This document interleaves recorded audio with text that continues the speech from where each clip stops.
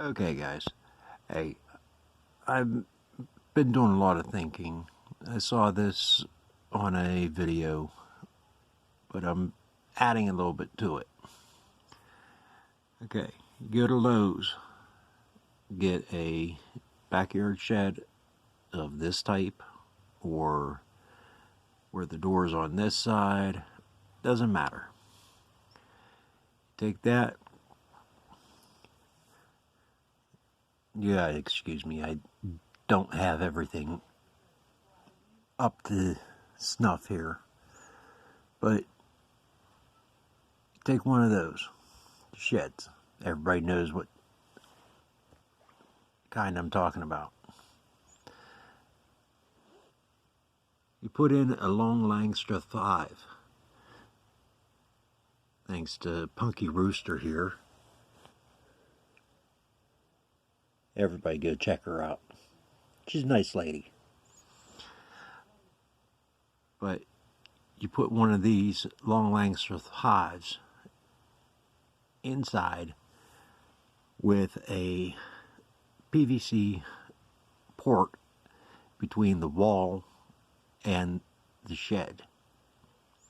Insulate the entire shed with maybe the blue board, but you make sure that the hole going from the Langstroth to the wall is sealed so the bees can't get out and go all through the shed and not nest where you want them to.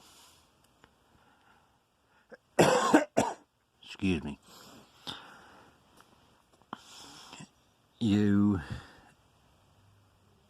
basically are making a warm spot in the winter so the bees don't freeze and you don't have to wrap the hive. And it's also climate controlled for summer, that it's insulated, the heat doesn't come in a lot. And try to keep it roughly 70 degrees or so. You drill in the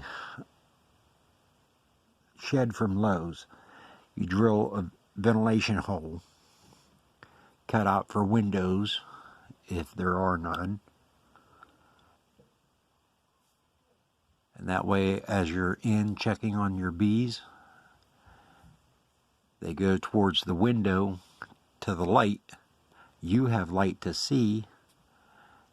And you, during the summer, well, spring, between spring and fall, you have the window cracked just a little bit so that when you close up the hive afterwards,